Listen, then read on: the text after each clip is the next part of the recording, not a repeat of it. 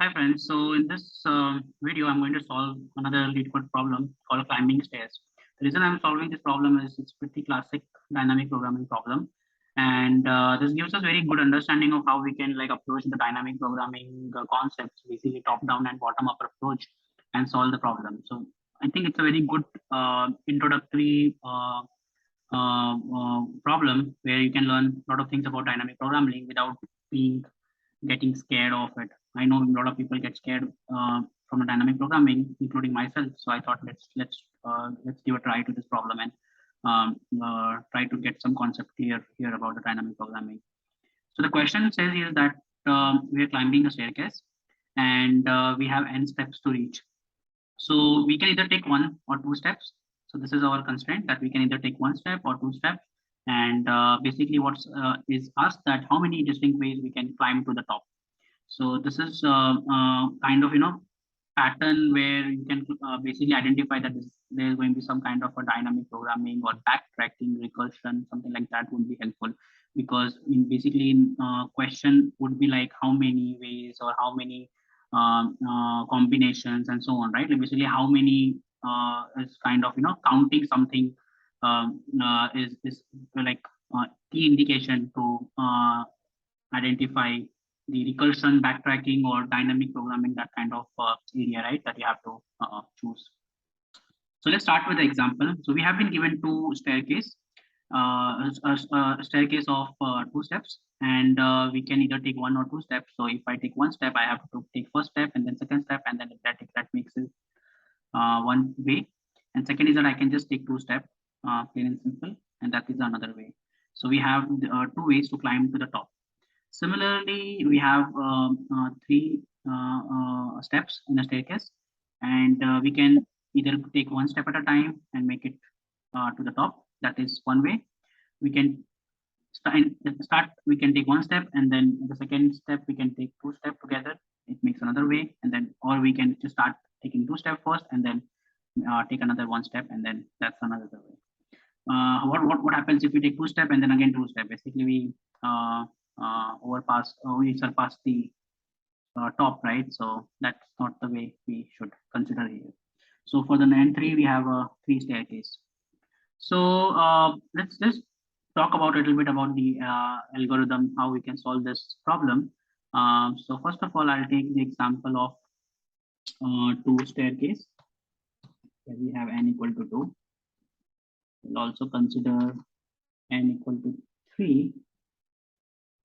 The reason these examples are good because in dynamic programming, anyway, you want to like break down your bigger problem into sub problems, and then try to identify how you would solve that sub problem, and then build up to the bigger problem. So the example that was given is like base is like small numbers, so it anyway justify our base, and we can set up these as our base problem, and then we can build on top of it. So when n equal to 2, how would we solve this, right? So we were talking about like we have the staircase 1, we have staircase 2. So in order to reach to 1, we can either take one step and then second step, or we can just take two steps together. So these are two patterns, right?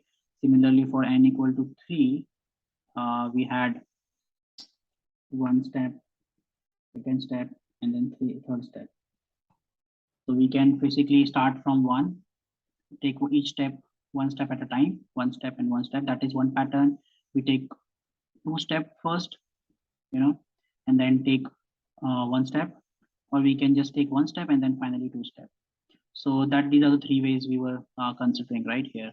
So is there a way we can build the answer for n3 if we know what is the answer for n2? So what I'm trying to say here is that, as I said, dynamic programming is mainly like if you want to build for 3, first build the answer for 2. If you want to build the answer for 2, let's first build the answer for 1. If you want to build the answer for 1, let's build the answer for 0. So in order to give the answer for 3, you need to give the answer for 2 or 1 or 0. So basically, drill down your question into like smaller sub problems and then trying to answer from there. So what happens when you have a 0 staircase? So if you have a 0 staircase, basically you have a 0 way to reach to the top. When you have a 1 staircase, just have one way, right? You can just take one step. So you have one way to reach to the top. How about two? So for two, we saw that we have two way, right? Either we can take one step or two step. So we have two way. So I think these three numbers would make our base case, and we can use this number to form our for 3 and 4 and until we can go to the 9, right? So something like that. So how we will use these to our advantage? So first of all, let's solve this problem with something called the tabular DP or bottom-up approach. So let's start with that. I think that would make a lot of sense in this problem. So first of all, let's start with the tabular, as I said. So in the tabular DP, what we have to do is that we kind of create the 1D or 2D array. So in this case, we'll create the integer array. You can call it cache or DP, doesn't really matter. So let's create the integer, and the size would be the n plus 1.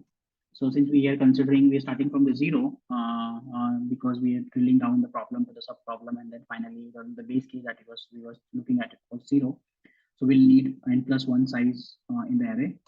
Once we have the n plus 1 array size, basically we can first of all initialize our the base cases. So we have the cache 0. So for the when we have a 0 step, we have a 0 way. When we have a 1 step, we have 1 way. When we have 2 steps, we have 2 ways of building it, right? And now we can start from third steps, from the 3 steps onward until the size equal to n step, which is our top, and we can keep moving forward. So until we are reaching the top, what we have to do is that we have to see. So in order to, as I said, in order to reach to 3, we have to see how much how many ways we can reach to 2, right? And one of the way of to answer that is, so in order to reach 3, we have to see that how many ways we can reach to 2 and how many ways we can reach to 1, right? Why I added a 1 here? Because you can reach to 3 from either 2 or either 1. So if I go to my example back, in order to reach 3, I can either take a 1 step from 2 and reach to 3, or I can take 2 steps from 1 and reach to 3. So in order to reach 3, I can take whatever number of ways I can reach to 2 plus 1, or whatever number of steps I can take to reach 1, and then the step to reach 3. So basically we are adding both the possibility here. We can either come from 2 or we can come from 1, and those many ways would be basically our answer. So in this case, to reach to 2, we had 2 ways to reach to the step 2, and for 1 we had a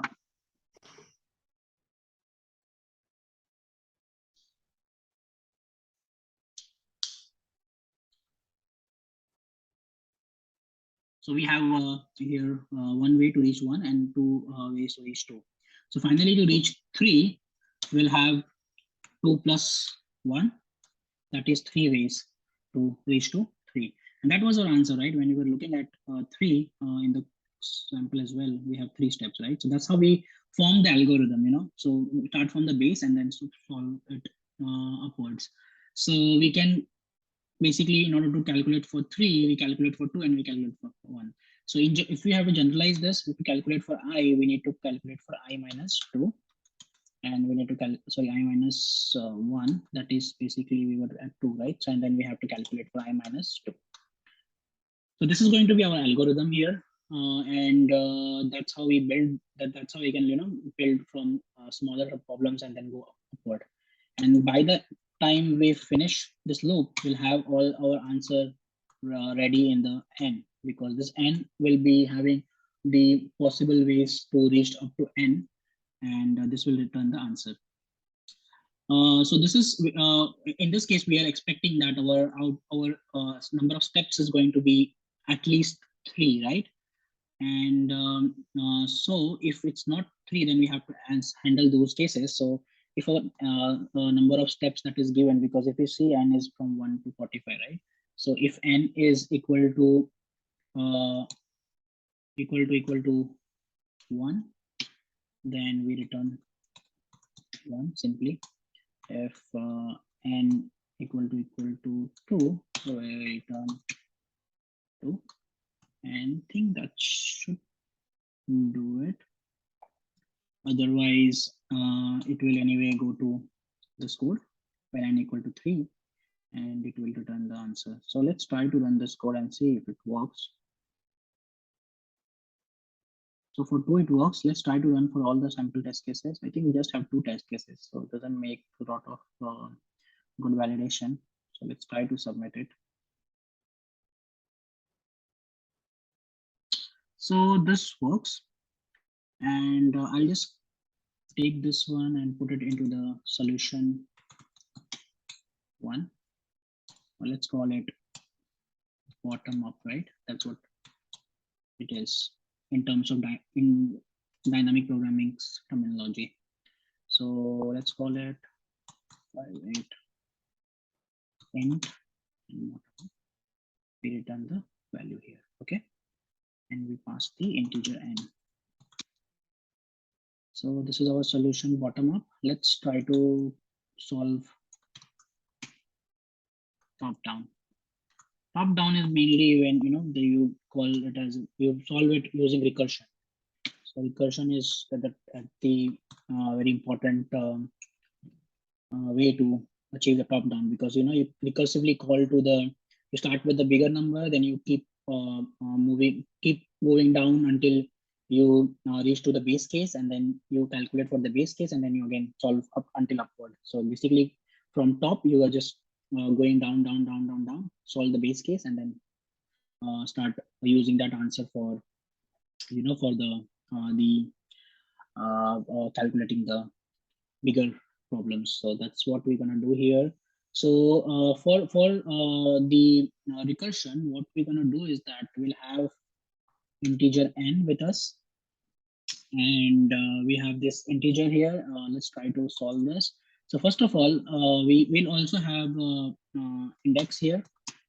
I'll explain why we need this index, but in bit. But let's keep this index here, and we will first check if our index is greater than n.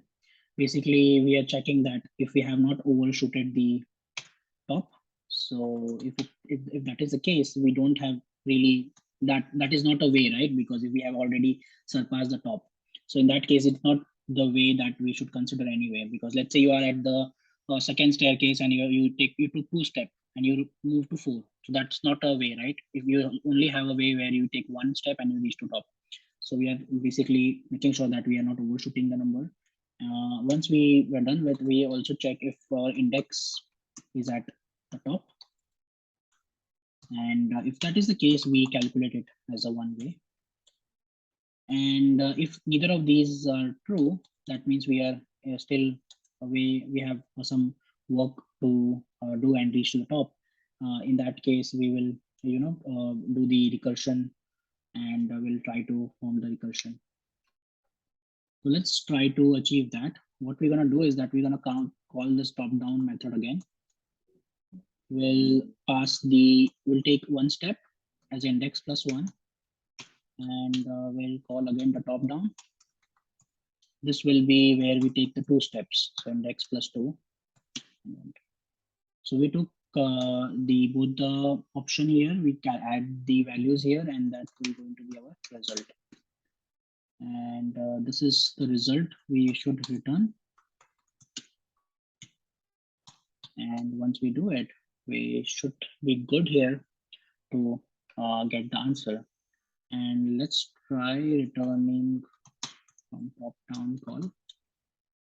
Our n is n, we index is 0 because we start from the base, we start from the 0 stairs, and that is going to be our first index that we start. So that's what it is. We start with the index. We check if the index is not so greater than or equal, and then we, calculate the index plus one, and we check if this index is going to be top, at least at the top, or it's overshooting the top. If not, then we keep increasing it, and moving until when we reach one of these cases, and we return either 0 or 1, and that's how we solve this issue. So let's try to execute this one top down and see if we can get our result back. So we are not, so apparently. So let's see what's the issue that we are facing with this approach. So if our index is greater than n, we return 0. If our index is equal to 1, return this. Then we have the top-down approach. We increment. Okay, this position is wrong. I'm so sorry about that. Mistake. And should be here, and index plus 2 should be here. I think that was the problem. Let's try to solve it again, or run it again. Sorry. Okay, it works well. Let's try to. All right, let's wait for some time. Let's keep trying for that. All right, let's try to execute.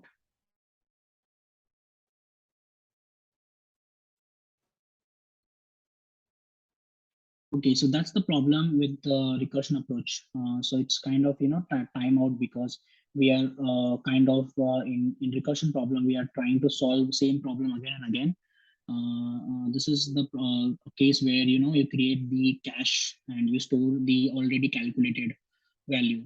So for example, when you have the bigger numbers, let's say n equal to 10 or something, we calculate the same thing for each of the steps. So let's say in our path, in basically we have subtrees. So for example, we start with some problem. We have some choices. We take one step or two step. Then again, you take one step or two step. And from here, you take one step or two step. You take again one step or two step. You take again one step or two step. So sometimes, in this path, there are a lot of problems that you are solving again and again. So for example, if you reach to this stage and you calculated something, and in the some other path, you again reach to that stage and calculating the value again and again. So it's basically a lot of wasting of the computation in the recursion approach. That's why you kind of create the cache in that you can, save the already calculated values. So it will be clear in a moment. Let's try to create the cache.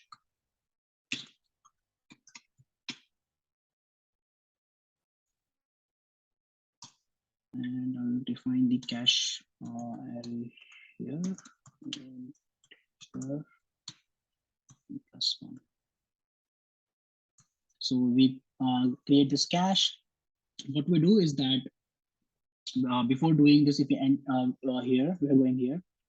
We first check. First of all, we check if it's overshooted or not. If not, then we check if our cache already has this value, because as I said, it's calculate again and again, right? So it's keep computing the same thing more than one in different paths. So we first of all check if this value is not null.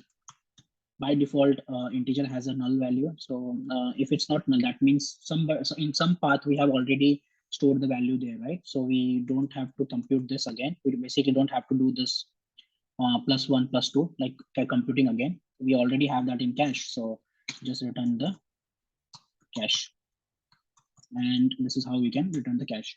But if that is not true, that means we have to compute it. This is the first time we are visiting to this problem. So we do this, we have this result calculated, so we store this in the cache.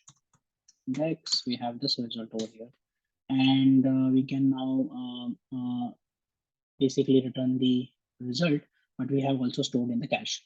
So if we do that, so whenever we have this repeated call, let's say we reached here, we calculated some value. So we store in that cache that we defined.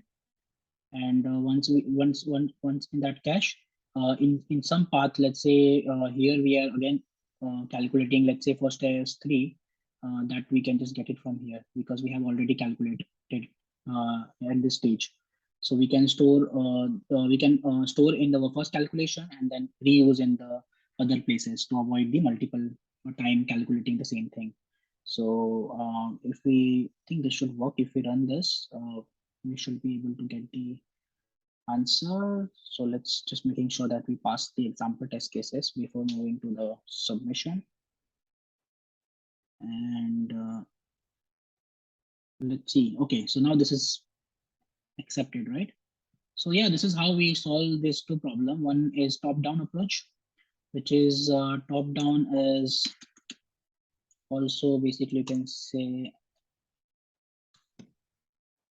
can call it recursion plus there's a term called memoization. Memoization basically caching the result, or you can use the tabular DP or bottom up. So these are just like synonyms we sometimes use.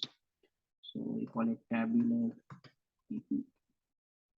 Yeah, this is the classic problem of dynamic programming. If you really want to learn about it, I think this problem should be the first problem that you should be solving, so that you get all the concept and understanding of the dynamic programming. That's all for this one. So I will see you in the next one.